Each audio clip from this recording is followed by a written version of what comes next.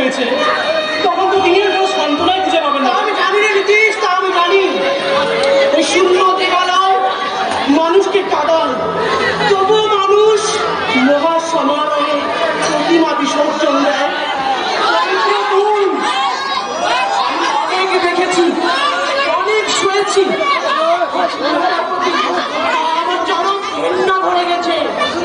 তাই তাই ঘৃত জীবনটাকে শেষ করে দেওয়ার আগে আমি একবার দিগদাহী অগ্নিশিখা হয়ে জ্বলে উঠতে চাই। পার্শ্ব জীবনের সেই সোনালী স্বপ্নকে খুন করে তুই আর মানুষটাই যখন খুন হয়ে গেছে, তার স্বপ্ন কবেই শেষ হয়ে গেছে। স্বপ্ন দেখেছিল এই পবিত্র মিত্র, আর দুঃস্বপ্নের অতল অন্ধকারে হারিয়ে যাচ্ছে পবিত্র মিত্রের ডেড বডিটা। বিশ্ববিদ্যালয়ের ডিগ্রি নিয়েও ওই সংসারের জন্য আমি কিছুই করতে পারিনি। পারিনি আমার বৃদ্ধ বাবার মুখে একটু হাসি ফুটিয়ে তুলতে। শুধু তাই নয়, পাওনাদারেরা যখন অকথ্য ভাষায় বাবাকে অপমান করে, উপযুক্ত শিক্ষিত ছেলে হয়েও আমি বেশ বুঝতে পারছি পবিত্র,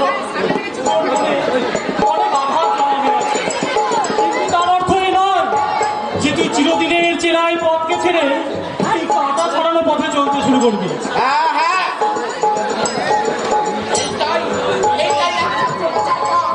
তাই তো আমি মনের সঙ্গে অহরহ যুদ্ধ করে এই পথটাই বেছে নিয়েছি।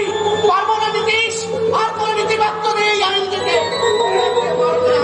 পবিত্র বল, ওরে খাঁচায় বন্দি পাখি আজ মুক্ত আকাশের সন্ধান পেয়েছে, সে আর ফিরবে না, ফিরতে পারবে না। এভাবে জীবনটাকে শেষ করে তুই কোন জীবনের কথা বলছিস? যে জীবনে কোনো আলো নেই, শুধুই অন্ধকার। সে জীবনের প্রতি আমার কোনো মোহ নেই। তবু একটা সান্ত্বনা খুঁজে পাবো। আমি অক্ষম ভীরু কাপুরুষ নই। পবিত্র ভালোবাসার পঞ্চপ্রদীপ জেলে কেউ আমার জন্য অপেক্ষা করবে না। এই সংসার, সমাজ, রাষ্ট্র আমাকে অমানুষ আখ্যায় ভূষিত করবে।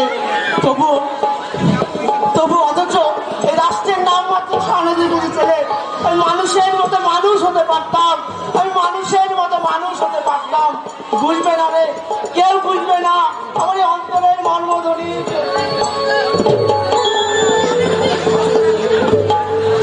আশ্চর্য, পবিত্রর মতো বিলিয়ন ছেলে, না ওকে দোষ দিয়ে বা কি লাভ ভাবতে হবে।